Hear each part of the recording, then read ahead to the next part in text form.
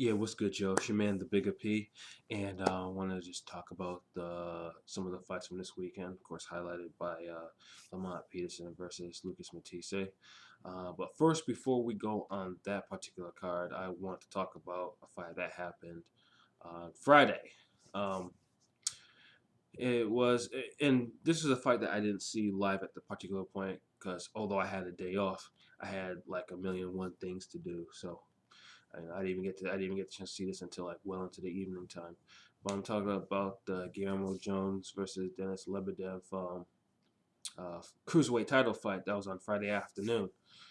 And now, of course, I mean it was interesting to me because I do Lebedev is a decent fighter, and I'm a fan of Guillermo Jones, and I wanted to see basically who would break first, and it was a very intriguing matchup for me. Although the title implications on it were a little bit off, because Guillermo Jones was the champion in recess, and Lebedev was interim champion or whatever. Speaking of that, that's gonna be a video for another time. Where I'm gonna talk about all this interim, regular, super, silver, diamond bullshit. But that's for another video. Um, but yeah, so it'd be interesting to see what would happen. And if you haven't seen this fight, I know it's all over YouTube because I see links for it. Do yourself a favor and watch this fight. I I couldn't believe the amount of punishment that both fighters took. And when I say both fighters, I mean both fighters. We'll talk about Lebedev, but Jones repeatedly took some unbelievable shots.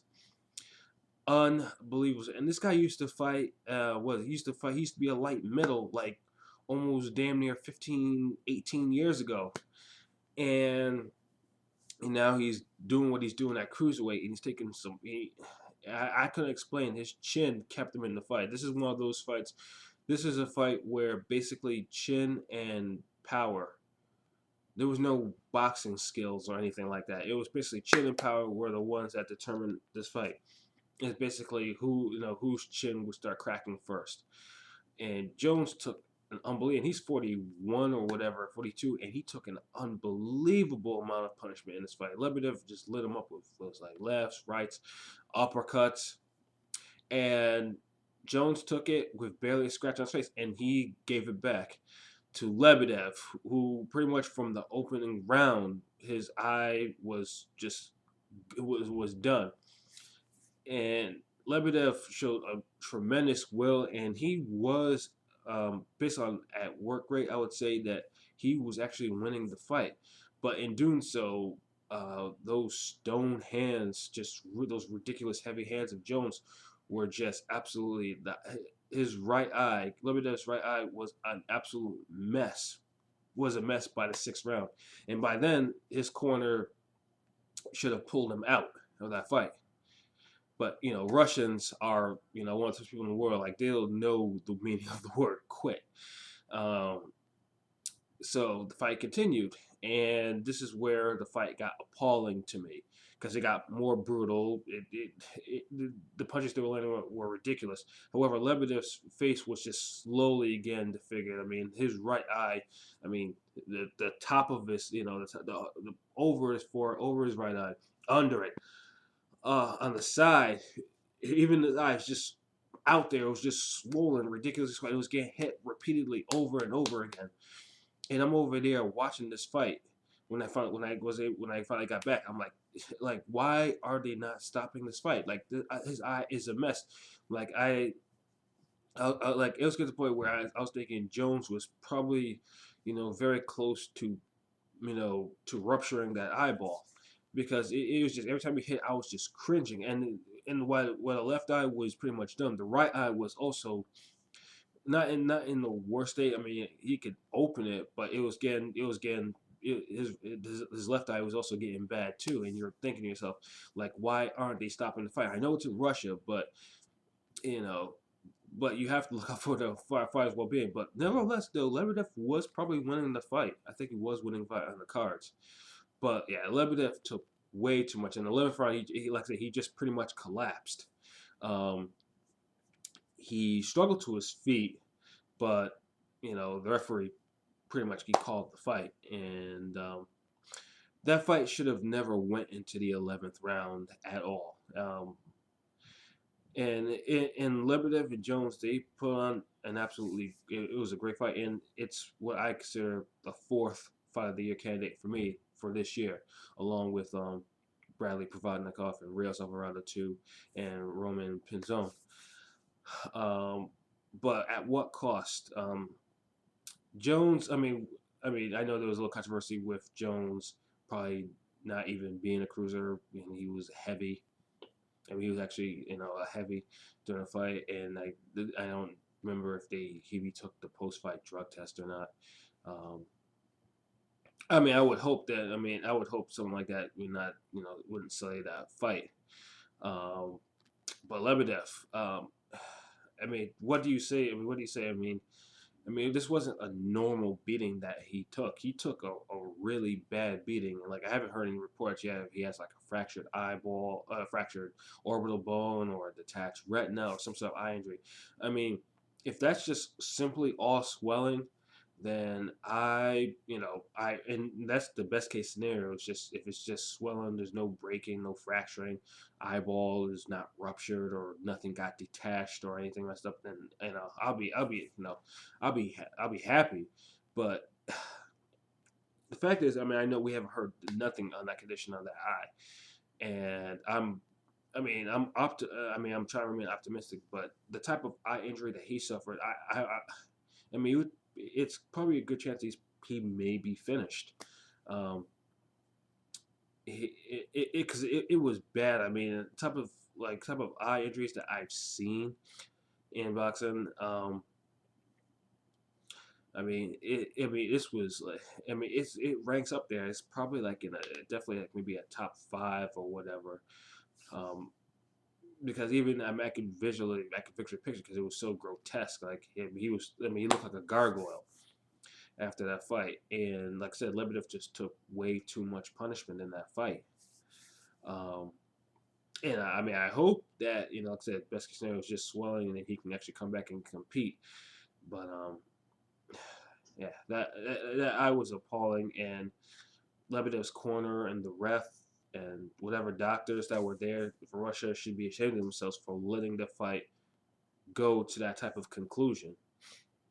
When Lebedev could have easily been pulled out 4 or 5 rounds earlier than that, and probably lessened the amount of damage that I probably took.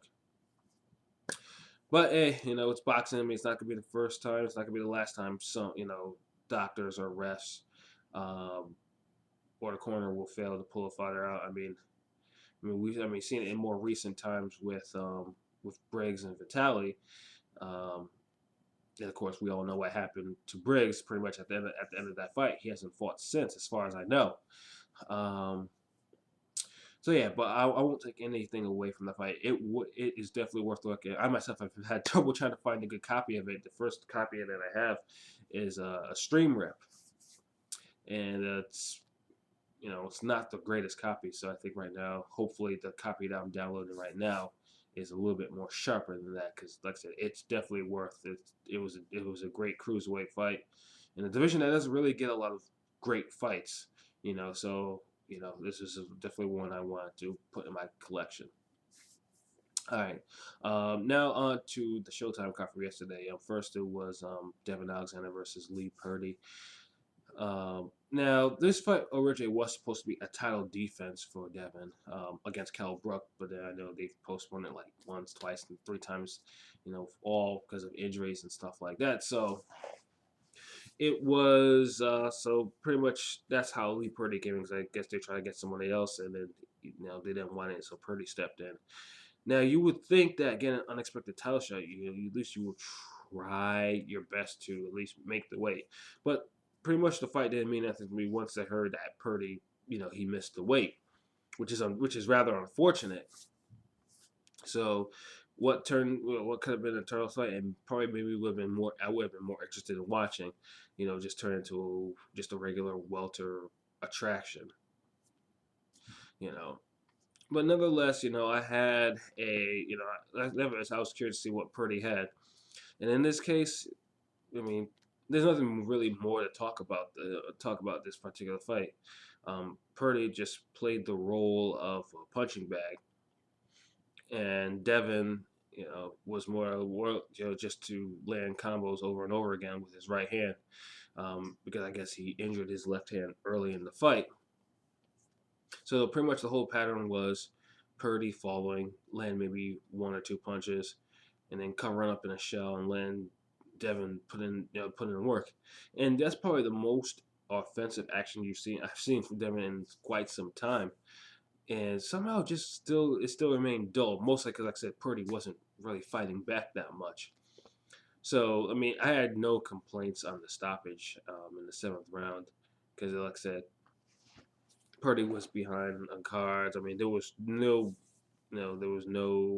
sign that Purdy was going to do something, and he was just getting beaten like a drum. So yeah, Devin won his fight, and like I said, he injured his left hand again. So who knows if he's going to fight again this year or whatever. I know that probably Devin is a candidate for the Mayweather for a future Mayweather fight. Um, I mean, I honestly don't have. I mean, as a boxing fan, I know why it would happen. So it would be a unification, which will probably be one of those times we'll get split up and someone will be a super champion or whatever. But do I want to see that fight? Not really. It's not going to be an exciting fight. And yes, and as a boxing fan, there's literally no intrigue in that fight. But he's a candidate nonetheless, and I guess that's where I'll probably go from there. Um, and then the main event was Lucas Matthysse versus Lebedev-Peterson. Yes, pretty much. I mean, I know I've been in the forums I go to. I said that yes, Peterson. I like Peterson, and but Matthysse is a different animal. I said that Peterson would not hear the final bell. I was right. I was very right. Yeah, from the opening. See, there's one thing with Peterson was Peterson had the chance where he could have really pumped out his jab and kept distance from him to keep Matthysse off him like that, and he did not do that for whatever reason, and